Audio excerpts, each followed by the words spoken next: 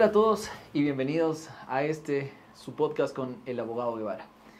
En primer lugar, el día de hoy quisiera empezar agradeciendo, cómo no, a Dios, mi capitán, por siempre permitirme estar en estos espacios y en estos lugares.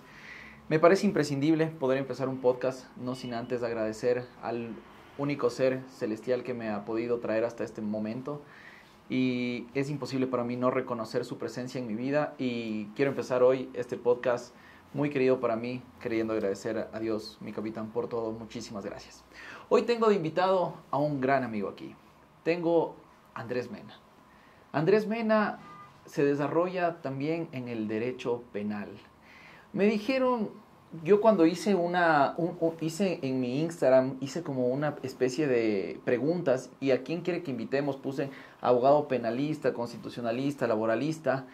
Y la verdad, Andresito, que tenía un montón de invitados, pero de los penalistas, pocos quedaron libres. Y tuve que decir, vamos a ver a quién invito, Andresito. Ya no quedó nadie ahorita. Ya no quedó nadie, Andresito. Bienvenido a este podcast con el abogado Guevara. Siéntate como en tu casa, esta es tu casa. Por supuesto que siempre va a ser tu casa. Gracias. Bienvenido hoy aquí a este podcast, y hoy vamos a hablar, como yo siempre digo, como que estuviéramos en el parque conversando con la gente, pero hoy vamos a hablar de algo muy importante contigo, que es algo que todas las personas deberían, o los que están empezando a emprender en el proceso de ser abogados. ¿Cómo es la captación de un cliente? ¿Cómo se maneja al cliente? ¿Y cómo llegar? Siempre me preguntan, ¿cómo cobramos nosotros los honorarios a nuestros clientes? Y esto es algo que me dicen, doctor, pero dígame una base. Dígame, ¿por qué yo por esto puedo cobrar tanto y por qué por esto puedo cobrar tanto? Si gustas, mira, no voy a decir, hablemos mejor con mucho o poco, porque prefiero que se maneje de esa forma para que sepamos o tengamos una vara. Andresito, primero que nada, bienvenido y muchas gracias por aceptar esta invitación. Gracias, Alejito. Bueno, este tema es un tema bastante grande, ¿no? Un tema bastante complejo también, porque existen muchos tipos de cliente. Cada persona es un mundo diferente y cada caso también es diferente al anterior. Fijar una base de honorarios en realidad no se puede, es algo incorrecto. Cuando tú tienes o aspiras a cobrar tus honorarios, guiarte en honorarios ajenos es algo incorrecto, porque tu trabajo no es igual al ajeno. Entonces, en este caso, hablando básicamente de la captación de clientes, muchos clientes lo que requieren es seguridad, ¿no? En este caso, lo que el cliente quiere es que le resuelvas tu problema. Similar a cuando, no sé, cuando tú vas a donde un doctor, quieres que te solucione tu enfermedad sí o sí. Es la garantía que el doctor te tiene que dar, y es lo que buscan nuestros clientes también, ¿no? Es lo que buscan nuestros clientes cuando vienen hacia nosotros, que les demos una solución jurídica a sus problemas. Ellos no saben cómo resolverlos y ellos esperan que nosotros lo hagamos de una forma limpia, de una forma exacta. Yo quería justo hablar de esto que dices de la forma limpia. A propósito, no es desconocido para nadie el caso Metástasis. Okay. En donde tenemos un montón. ¿Por qué metástasis? Entendiendo, creo que lo trajeron del término lingüístico médico, ¿no? Que la metástasis es cuando existe una enfermedad que se riega en todo el cuerpo y ya es básicamente terminal. En el mundo jurídico se ha endilgado muchísimo, ojo, muchísimo, que existen actos de corrupción y tantas situaciones. Pero cuando llega un cliente, y justo lo acabaste de topar tú, cuando llega un cliente dice quiero tal resultado. Y para tal resultado le dice al abogado, no importa lo que tengamos que hacer, no importa si tenemos que pagar aquí, no importa si tenemos que pagar acá. ¿Cómo el abogado debe plantarse ante esa posición ideológica del cliente que dice, no importa cómo, pero nuestra libertad tiene que estar asegurada? ¿Cómo tiene que el buen abogado responder justo a esa premisa que nos plantea el cliente? Bueno, en mi caso te voy a hablar igual, en mi caso personal, yo casi siempre cuando tengo ese tipo de propuestas las rechazo y le hago entender al cliente que generalmente uno acostumbra a escuchar eso en la radio y en la televisión, que uno puede comprar, perdón que me tome el nombre, pero jueces o fiscales, pero no es siempre así. Porque tú como penalista sabes que el acervo probatorio siempre tiene el peso final dentro de una decisión judicial. Entonces, así tú tengas la cantidad de dinero que tengas, no vas a poder comprar tu libertad si es que todas las pruebas apuntan a tu culpabilidad, ¿no? Entonces, este caso en especial de Metástasis nos dejó ver todo lo dañado que está nuestro sistema de justicia, nuestro sistema de fiscales, de jueces, inclusive hasta compañeros, abogados en el libre ejercicio. O sea, prácticamente nos dejó con la boca abierta porque nadie se imaginaba cómo estaba regado esto, el nivel de corrupción y la escala a la que llegó al final de todo esto, ¿no? Pero realmente nadie se imaginaba. Eh, en realidad yo pienso que la mayoría del pueblo sabía que había corrupción, pero no pensamos que había entes de justicia tan altos involucrados en esto, ¿no?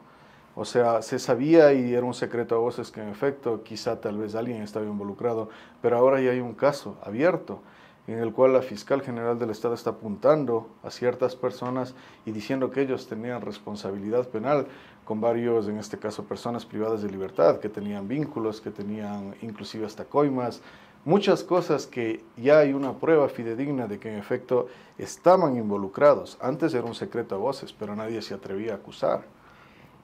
Ahora, topando un poco el tema, no me quiero desviar tanto al tema de corrupción porque realmente valoro mi vida.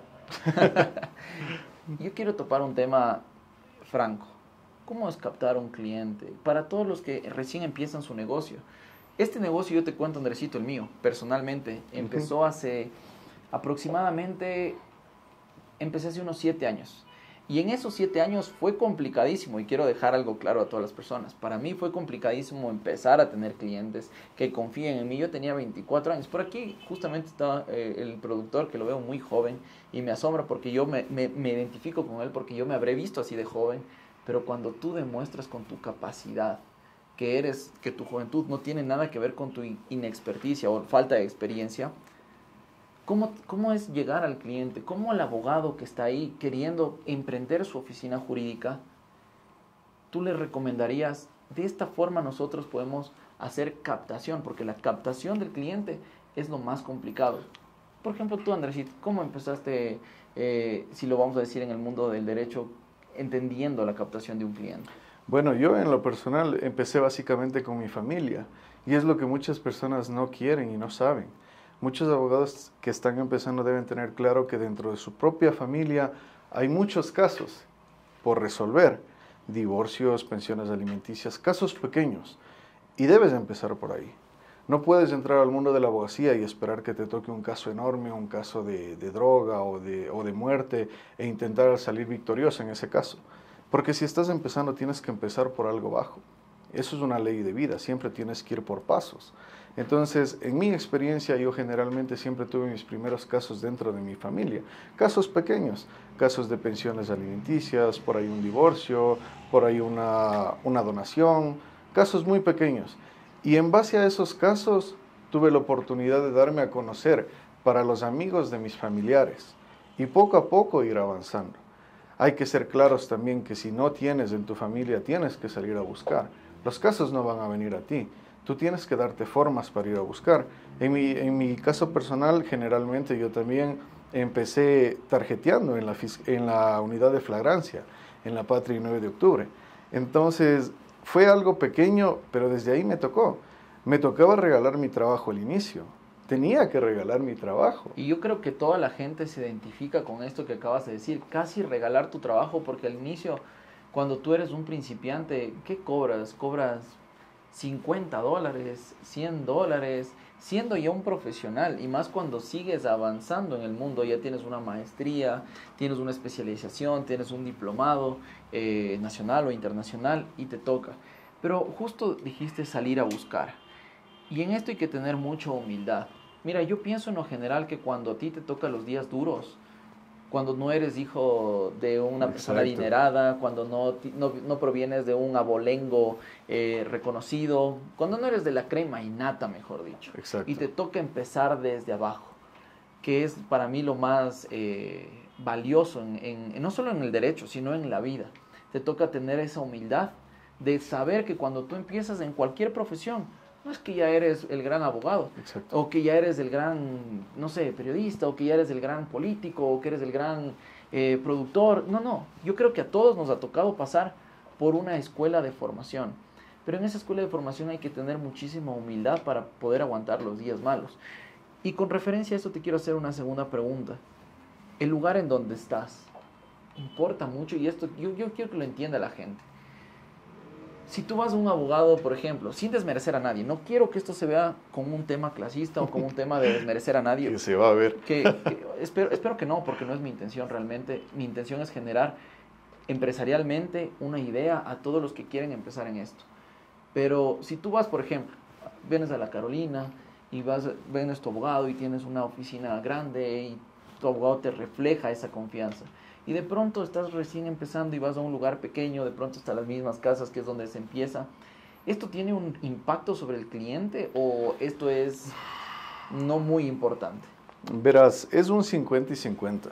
Y te explico en qué me baso para sacar yo mi teoría. Ojo que todo esto que hablan igual estoy hablando a nivel personal. No todo lo que estoy diciendo tiene que ser 100% cierto o se tiene que todo el mundo sentir identificado conmigo. Te estoy hablando desde mi punto de vista y desde mi experiencia. Yo pienso que el 50% depende de cómo tú te ves, de cómo tú te vistes, cosas pequeñas, el reloj que usas.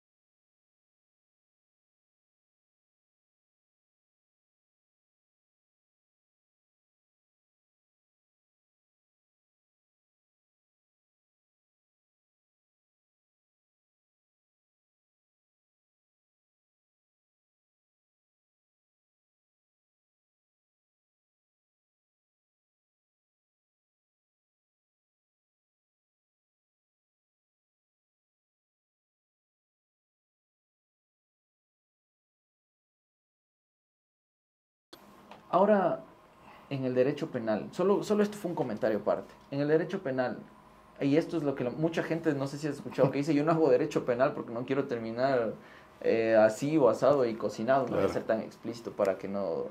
Porque creo que YouTube no censura, ¿no? El lenguaje, pero qué sé yo, tal Ponte sí no censura. Pero, ¿cómo es tratar en el derecho penal con un criminal? ¿Cómo es tratar con una persona que ha cometido un delito? ¿Cómo es tratar con gente pesada?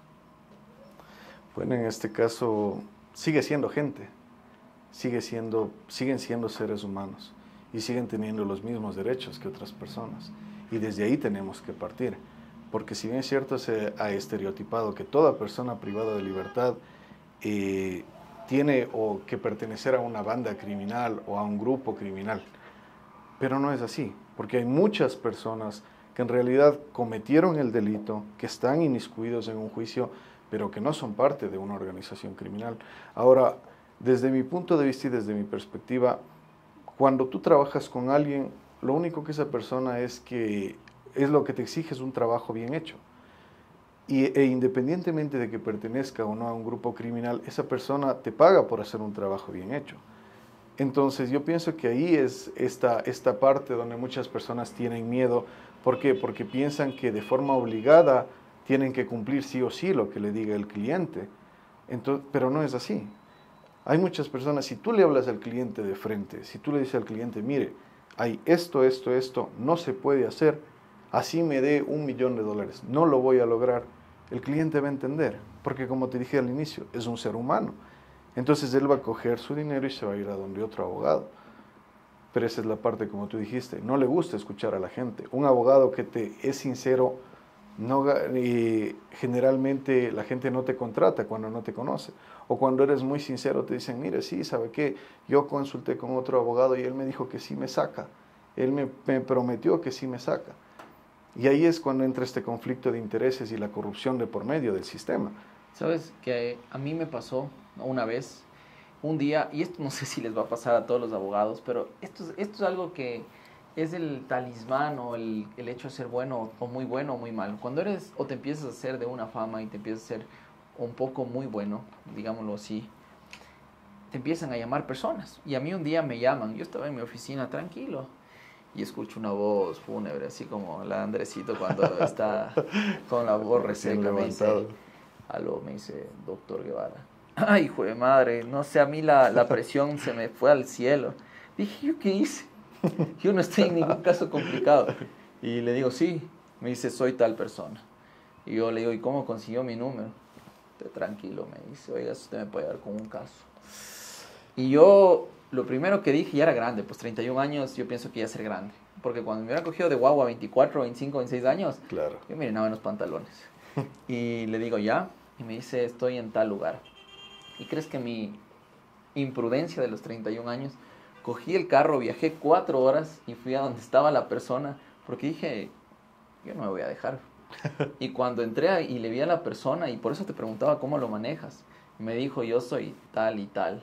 Y es más, antes de que explote todo esto de metástasis y todo, ¿no? Yeah. Era así. Agüita para el doctor, un tecito para el doctor, a los policías. Yo me quedé helado. Y yo dije, ¿por qué estoy aquí? Dije, ¿qué parte torpe de mí me trajo aquí? Yo fui directamente allá, nadie me dijo, venga. Yo fui y dije, a mí no me van a ver en ese problema. Pero ahora que todo este tema ha explotado, y a propósito de las políticas públicas de Bukele que tiene en El Salvador, los derechos de los criminales no terminan cuando ellos delinquen. El violador no tiene ya, se perdió su derecho cuando ha delinquido, cuando ha violado. El narcotraficante no ha perdido su derecho ya cuando ha traficado sustancias catalogadas a fiscalización. El violador no ha perdido su derecho en un punto u otro. Porque estamos contribuyendo entonces como abogados, y eso es lo que la gente entiende. Porque estamos entonces soltando a criminales nuevamente a la sociedad, introduciéndolos en la sociedad para que sigan delinquiendo. Pero yo te quiero hacer solo una observación final. En el Ecuador, y empieza desde donde tú quieras responder, bueno, ¿existe rehabilitación social? Se supone, debería ser una garantía, el Pero Estado existe. debería. O sea, a mi parecer, no. Y yo te lo digo nuevamente desde mi punto personal, no existe una verdadera rehabilitación social. Son muchos puntos y es una rama enorme que podríamos tocar al realizar este tipo de, o al tocar este tipo de temas, ¿no? Son muchas cosas que deberían haber. Ahora, respecto a lo que dijiste de los derechos humanos, es un punto muy debatible, porque es fácil juzgar cuando tú no estás en el puesto de. Te explico para que me entiendas un poquito. Muchas personas, yo he visto en las redes los linchamientos mediáticos. Se merece la pena de muerte, se merece la castración química, se merece. Pero cuando es tu familiar el que está en ese punto, ahí cambias y exiges derechos. Ahí es cuando la moneda se da la vuelta. Porque tú no vas a exigir la pena de muerte para tu hijo que en efecto quizá violó. Tú no vas a pedir castración química para tu papá que igual quizá violó a alguien. ¿Tú qué vas a pedir? Un juicio justo. Y hay una línea muy delgada entre la justicia y la venganza. Y eso es lo que muchas personas a veces piden, es venganza, no justicia. Hasta ahí voy a llegar para no... Me gustó esta última observación. Justicia, piden venganza en vez de justicia. Pero en este país, precisamente en el Ecuador, donde tenemos índices de pobreza altísimos, 5 millones de personas viven en la extrema pobreza, según datos del INEC, a 2023, que medio fueron dados en octubre, que no están ni acabados. ¿Qué significa ser una persona con extrema pobreza que vives con menos de $1 al día? Correcto. Exacto. Tienes a 2 millones más de personas enfrascadas en la pobreza, no extrema, en la pobreza. ¿Qué es ser pobre? Una persona que vive con $1 o menos en el día. La extrema pobreza es vivir siempre con menos de $1. En este país, la solución, y yo ya no sé por qué me he saltado acá, estamos hablando de captación y ahora me he saltado hasta acá, no sé, será el IDH, no sé si lo manejo así, pero pon una posición. Okay. Yo quiero que te pongas una posición. Vale. Ayudamos a los criminales que han cometido.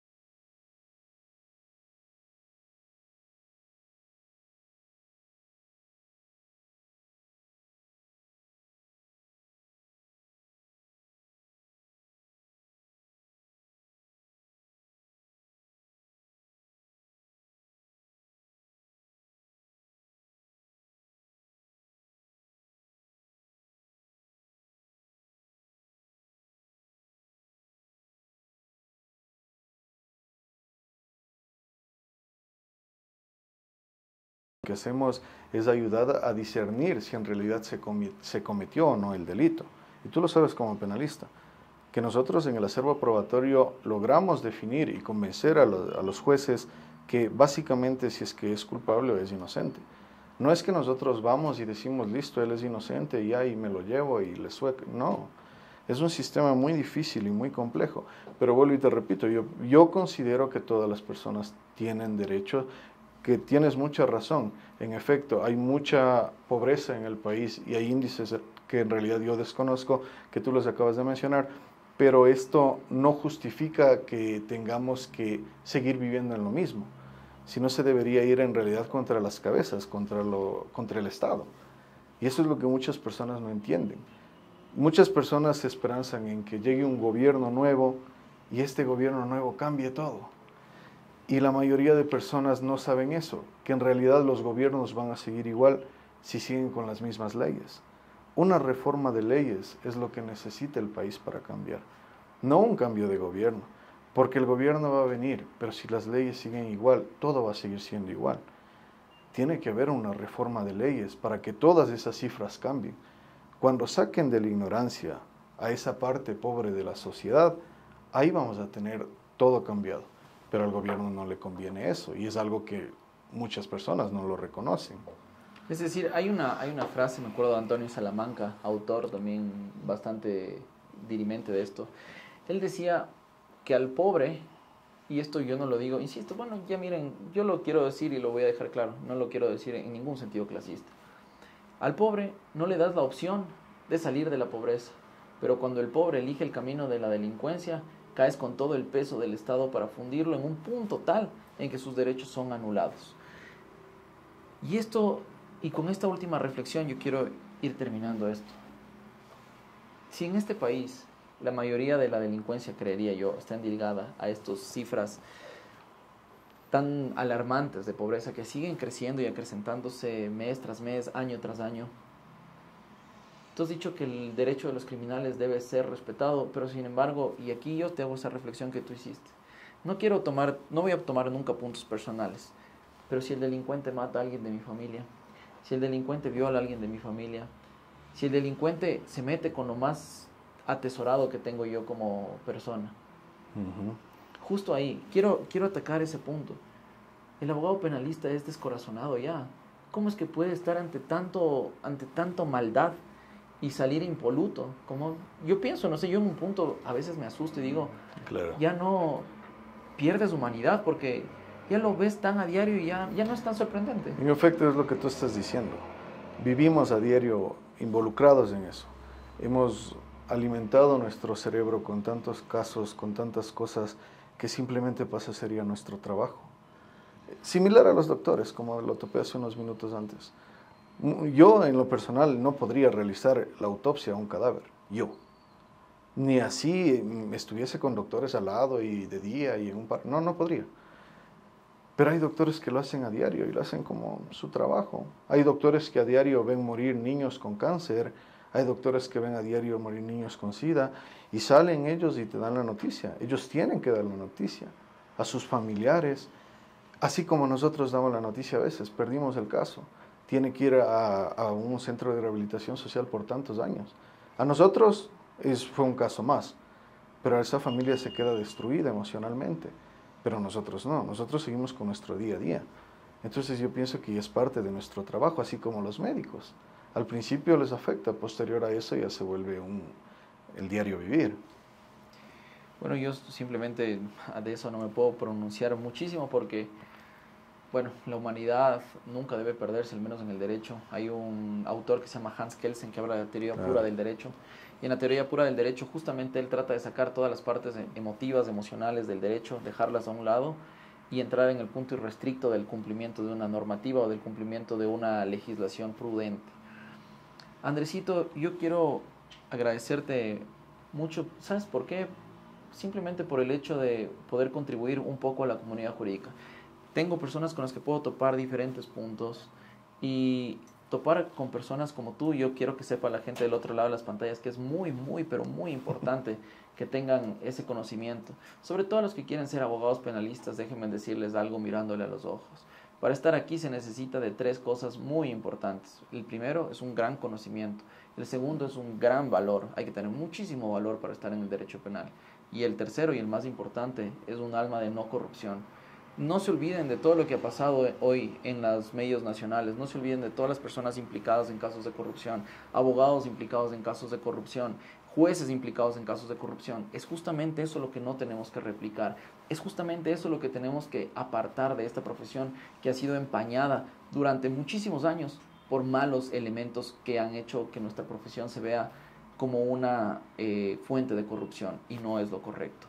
Si algo quiero que les quede aquí de importante es que se puede vivir bien, se puede ganar clientes bien, pero recuerden, siempre háganlo dentro del marco de la norma, háganlo dentro del marco de lo correcto, porque tarde o temprano, les digo, todos los secretos de todas las personas se llegan a saber. Usted cree que no tiene un secreto que nunca se va a saber, usted cree que el aliado y que jamás ese secreto va a salir a la luz pública, le prometo, tarde o temprano eso pasará. Andresito, si tienes algo que decir a nuestras personas que están del otro lado de las pantallas, pues quisiera que te despidas de ellos. Igual, recogiendo tus palabras, siempre actúen con valores, con principios y con ética. En realidad esta es una carrera bastante buena, bastante entretenida para los que les gusta. Tienen que ser unos buenos profesionales y les animo a seguir adelante. Créanme, lo van a lograr. Se los digo de todo corazón. Igual, gracias Alejito por la invitación. No, el gusto ha sido todo mío y a todas las personas nuevamente del otro lado de las pantallas. No se olviden, yo soy el abogado Guevara y este fue un podcast más, así que nos vemos hasta una siguiente ocasión.